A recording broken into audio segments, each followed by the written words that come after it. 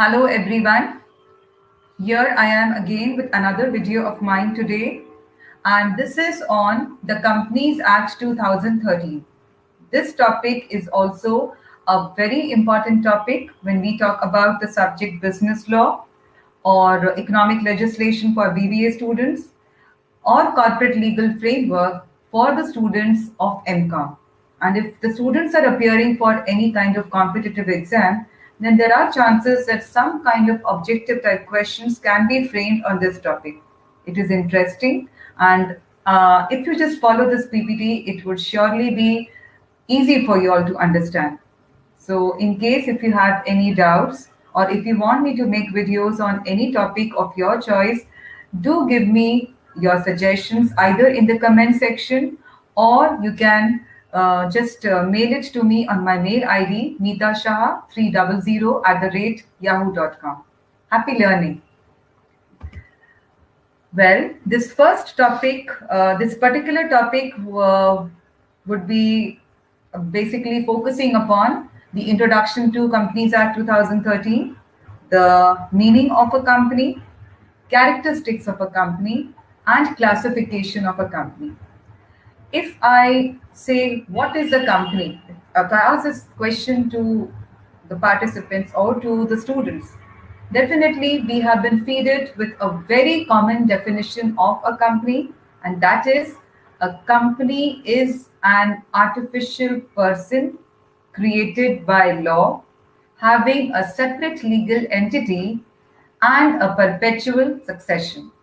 This is the most complete definition as far as a company is concerned.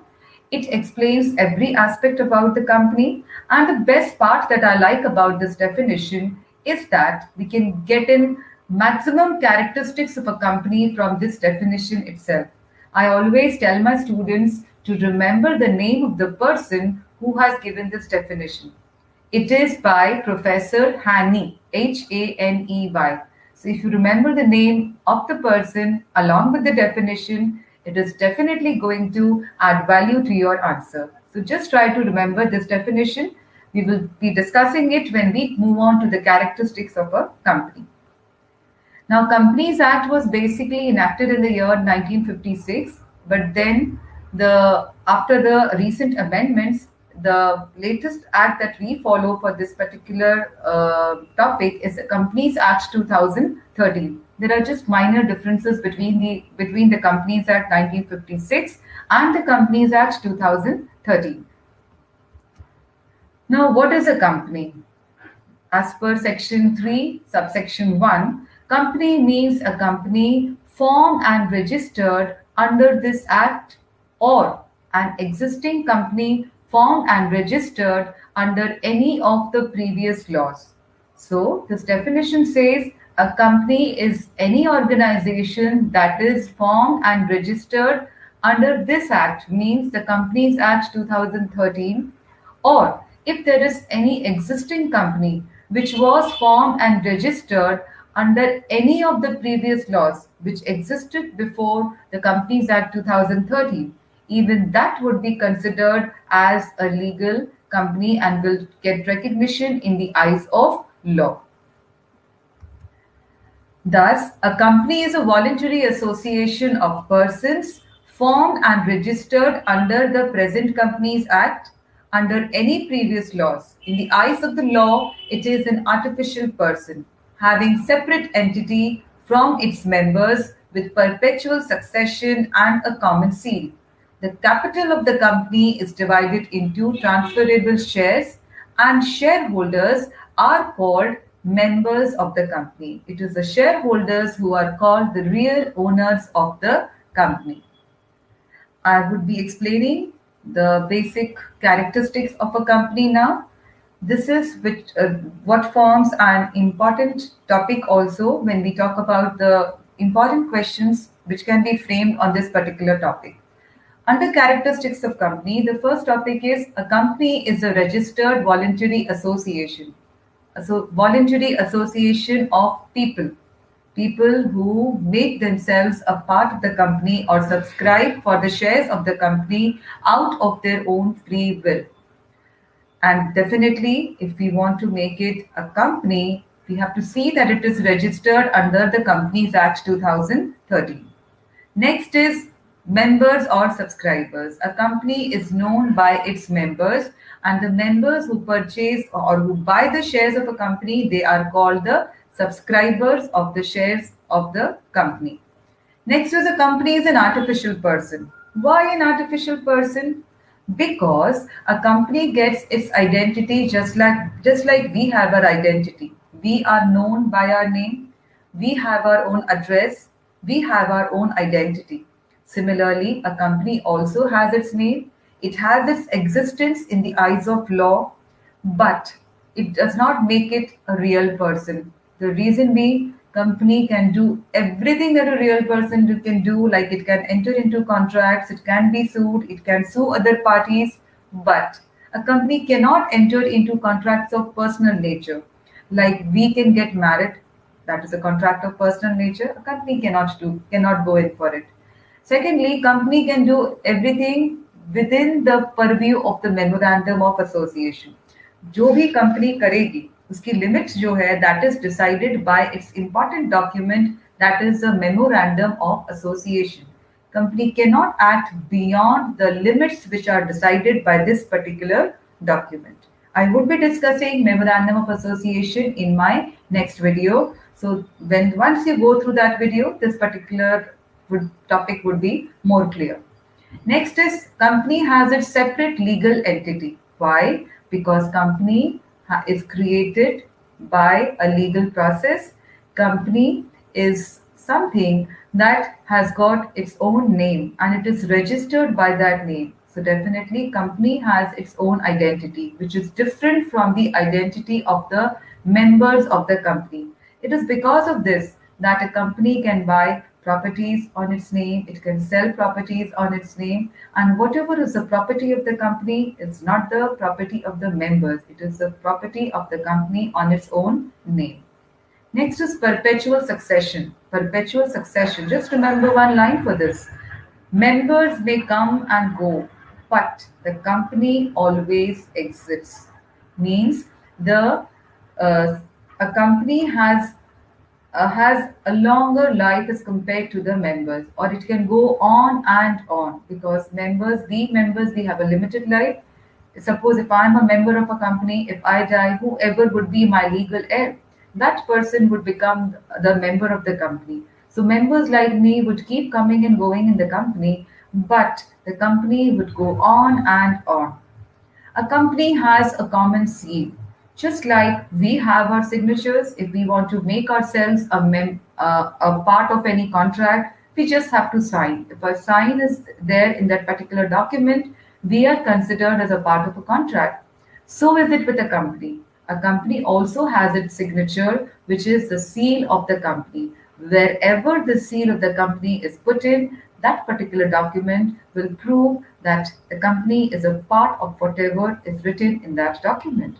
But although the seal has to be accompanied by the signatures of the directors. Next is limited liability.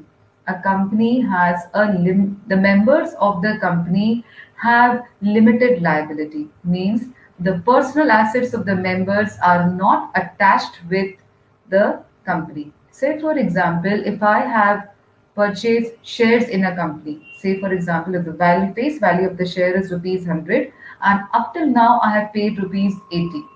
The company is not doing well, so naturally this company is going to go in for winding up. So if the company closes down, it goes in for winding up, then my liability would be limited to the unpaid amount per share. Means I have not paid rupees 20 per share.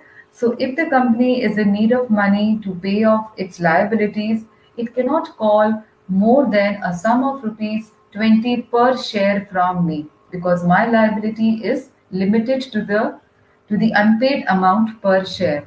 But suppose if I was a sole proprietor, then in that case, my personal assets would also have been involved to pay off the liabilities of my business.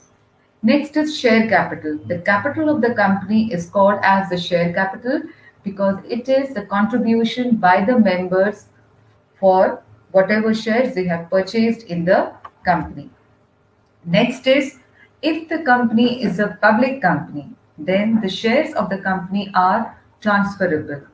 Means if I'm buying shares on my name, I can surely sell these shares to somebody else. I can transfer these shares to somebody else on his or her name.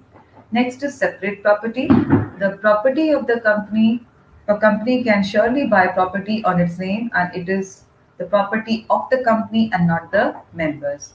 Next is capacity to sue and be sued. Just like if I do something wrong with anybody, then that person can sue me. Suppose if I commit some kind of fraud, that person can take legal action against me. Similarly, if I go in for some kind of fraud with a company, the company can take some legal action against me. And if the company makes itself a part of some fraud against me, I can also take some legal action against the company. So, capacity to sue on its own name and be sued by any other party. Next is limited capacity to contract, means company can enter into only those contracts for which it has been given permission by its memorandum of association. It cannot go beyond the limits which are given by the memorandum of association.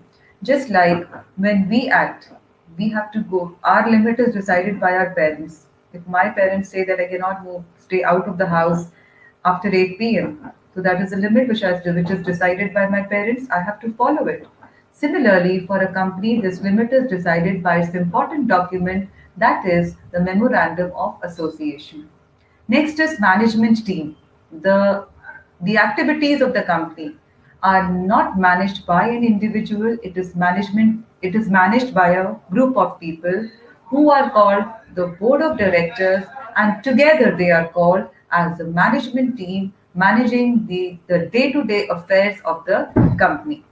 Next is governance by majority. Suppose if I have to take any decision for myself, it would be me who would be deciding for myself. I'm free to decide for myself. But if a company has to go in for any kind of decision, there would be voting. The members would be called upon, and whichever decision gets a maximum number of votes, that would be considered as a decision. Next is statutory obligations. Statute means law. So naturally, company has to follow certain legal obligations. Basically, the company has to follow whatever is given in the Companies Act 2013. It is obliged to follow it on a serious note. Business of goods and services. A company can enter into any kind of business, be it business of goods, be it trading. It can be a trading company or a manufacturing company, or it can also provide services. Like if we talk about the insurance companies and the banking companies, what are they doing? They are not manufacturing or trading anything. They are providing us services and they are charging for it. So they also come under the category of companies, but they are providing services. Next is residence. The residence of the company is the place where the registered head office of the company is situated. Suppose if I have a company which I have started from a place like Jabalpur. So the registered head office of that company, which is mentioned in the place clause of the memorandum, this registered office is at Jabalpur. I have a branch at Nagpur and Indore and say Delhi, but my registered office is at Jabalpur. So the residence of the company would be Jabalpur and the address of the office where this office is situated. Next is nationality. What is our nationality? We are Indians. Why are we Indians? Because we are born in India. Similarly, wherever the company would be formed, the company would get nationality of that particular nation. So if a company is established in India, it would be an Indian company. If it is established in say US, it would be an American company. So depending wherever the company is formed, it would get the nationality of that particular nation. Next is company is not a citizen. It has no fundamental rights. This is a very important and interesting point. Just like being citizens of India, we enjoy certain fundamental rights. For example, right to vote. A company cannot is not considered as a citizen, so it cannot enjoy these fundamental rights. So this is what makes the characteristics of a company. Now we move on to the classification of companies. If I ask you how many types of companies are there, we would get just one answer in mind, and that is companies can be of two types, a private company and a public company. But if we just go through this chart, companies can be classified under six broad heads. First is on the basis of mode of formation. Second is on the basis of liability. Third is on the basis of number of members. Fourth, on the basis of control. Fifth, on the basis of ownership. And whichever company does not fit under this category, under this particular category, these five categories, we place them under other companies. So let us understand the companies on the basis of mode of formation, means how the company has come into existence. On the basis of that, we can classify companies under two heads. One is registered company and the other is unregistered company. A registered company means a company which is registered under any of the Companies Act. Naturally, when we say registered company, we are talking about a company registered under the Companies Act 1956 or a company registered under the Companies Act 2013. Next is a company established by a royal charter.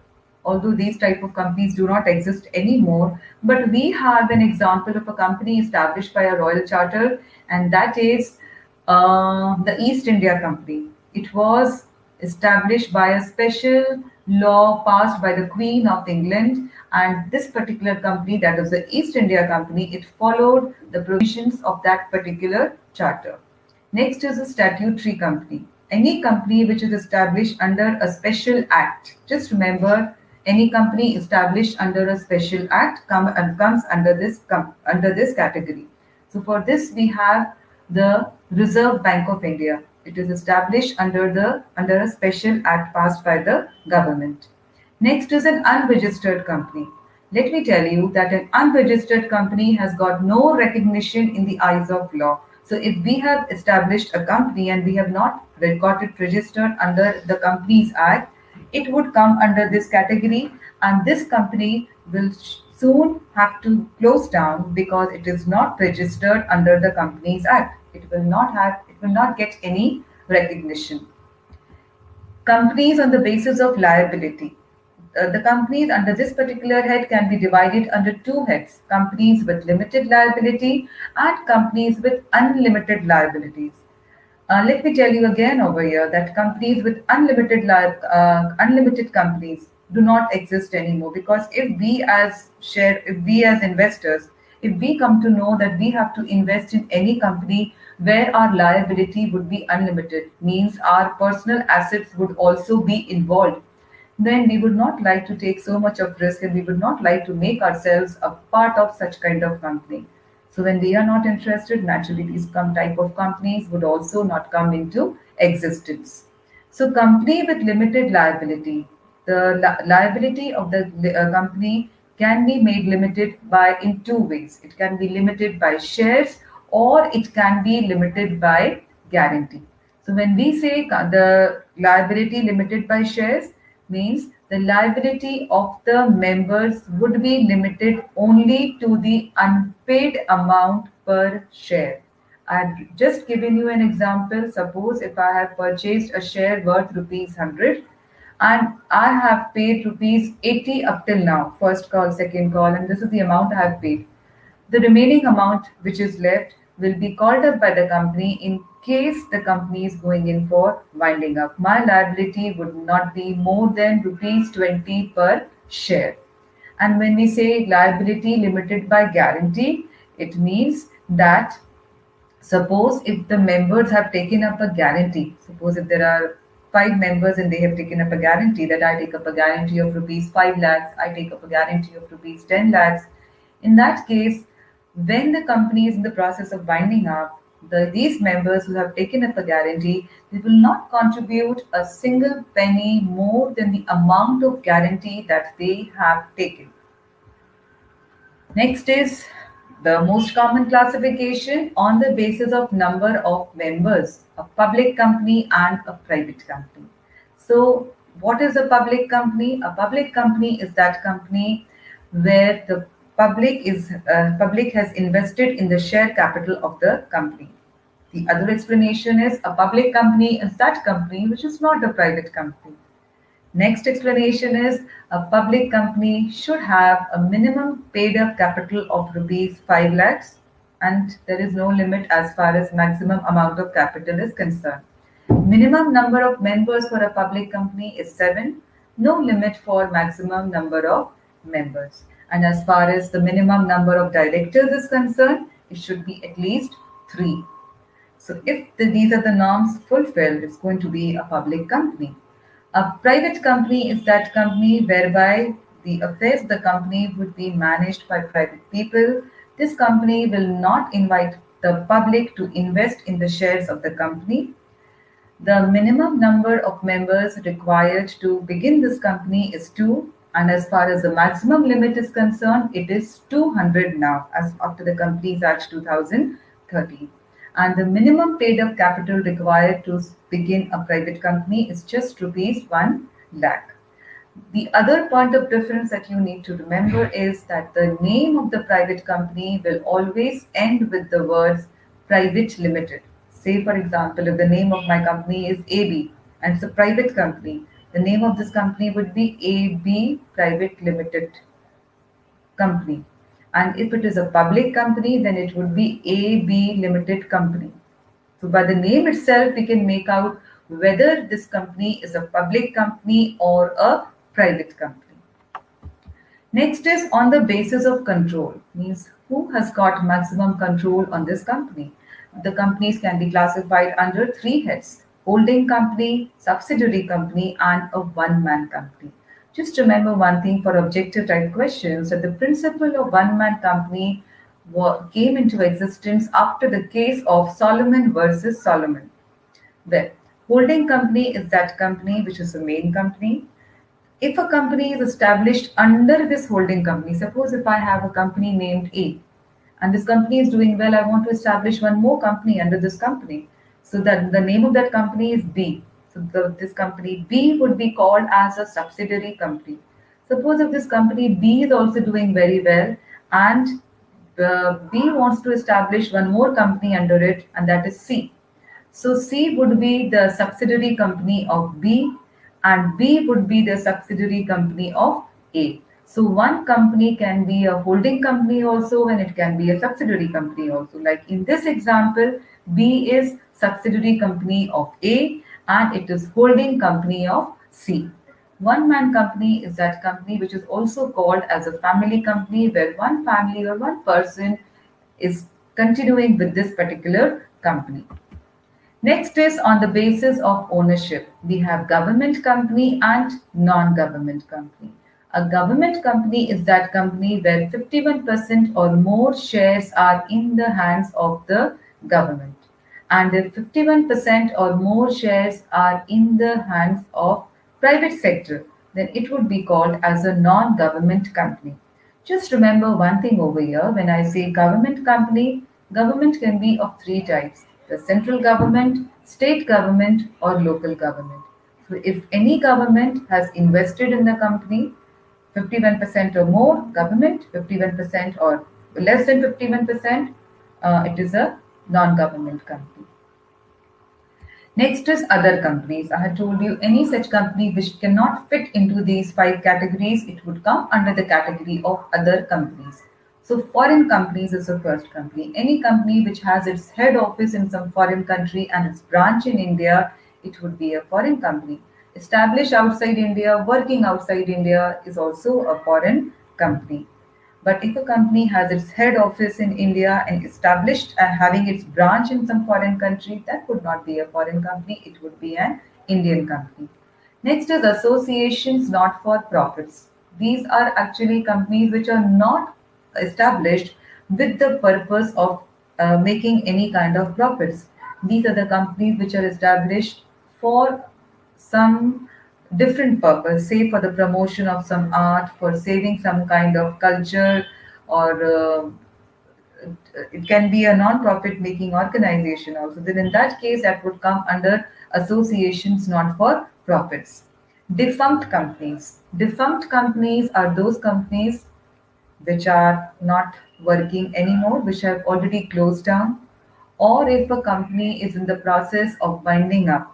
See, beta, if I want to put close down my company today, it's not going to be like, yeah, the company is not doing well और हमने आज ताला लगा दिया company में and the company has stopped functioning.